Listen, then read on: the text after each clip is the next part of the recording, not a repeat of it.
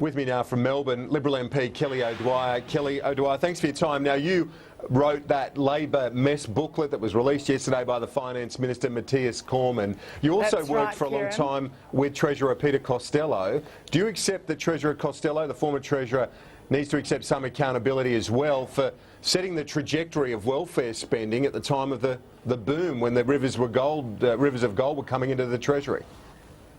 Peter Costello was a brilliant treasurer, the greatest treasurer I think this country has ever seen. In fact, he did what was an enormous thing to do at the time, which was to repay back $96 billion of Labor's debt, something that you will read about in this booklet here, and a task that faces us now. The truth is that he delivered surplus budgets. He paid down that debt. It took 8 years to do it, but paid down that debt and instead delivered surpluses so that we could provide for the future. When you provide surpluses, you can use that money to build infrastructure. You can use that money to also do the things and provide the programs that Australians want and need. The problem is when you only deliver deficits, particularly at a time when you're going through one of the highest terms of trade, a second mining boom, when you only deliver deficits, you accumulate enormous debt. And that enormous debt is projected to go out to $667 billion. That's going to be just under $25,000 for every man, woman and child. But the point is, and it's not all a creation of recent history, a senior Liberal minister conceded to me off the record that the Treasurer Costello does have to accept some of the blame here as well for, at the height of the boom, establishing that welfare spend, which was on a trajectory which we now find is unsustainable.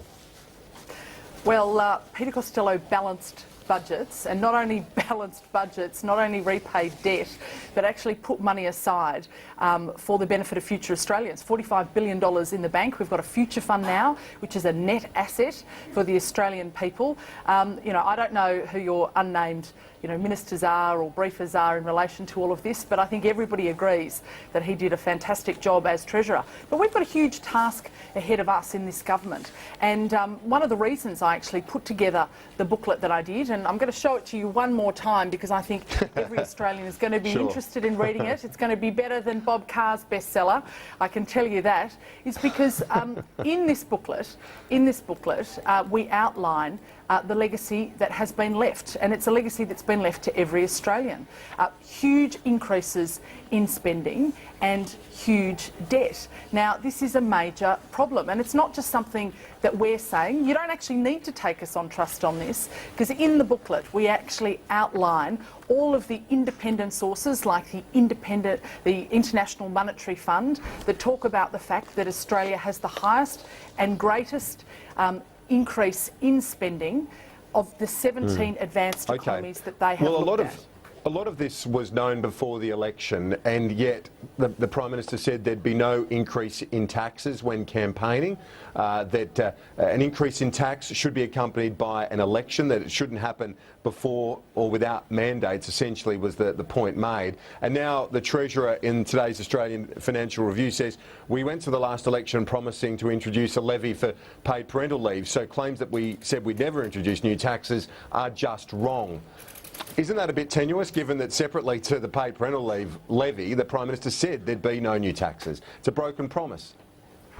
Well, look, Kieran, I don't know what's going to be in the budget, and there's lots of fevered speculation, but we're all going to know on Tuesday night, on the 13th of May, when the Treasurer hands down his budget. So I can't talk to you about specific measures, but what I can say is what the Prime Minister has repeatedly said, and the Prime Minister has said that we are going to keep our commitments.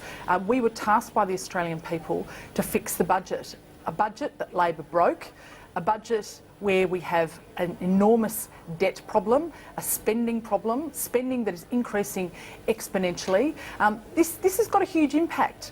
It's got a huge impact because this is a legacy that we not only have to deal with today, but it's a legacy that's going to be left to future generations. And the Labor Party are basically Wayne Swan this morning says Wayne Swan says this morning, the former Treasurer, Mr Swan, says that the Coalition is risking Australia's AAA credit rating by talking down the state of the economy and the budget. Well, you know, I mean, we've heard a lot of stuff from Wayne Swan, haven't we? You know, you want to talk about AAA credit ratings, and I mention it in the book here. I bust the myths that the Labor Party have tried to sort of perpetuate. They like to claim the AAA credit rating. In fact, it was actually under the Labor Party we lost our AAA credit rating in 1986 and 1989. We lose our AAA credit ratings under the Labor Party, and we regain them. They got it back with all of the credit agencies under Labor. That happened.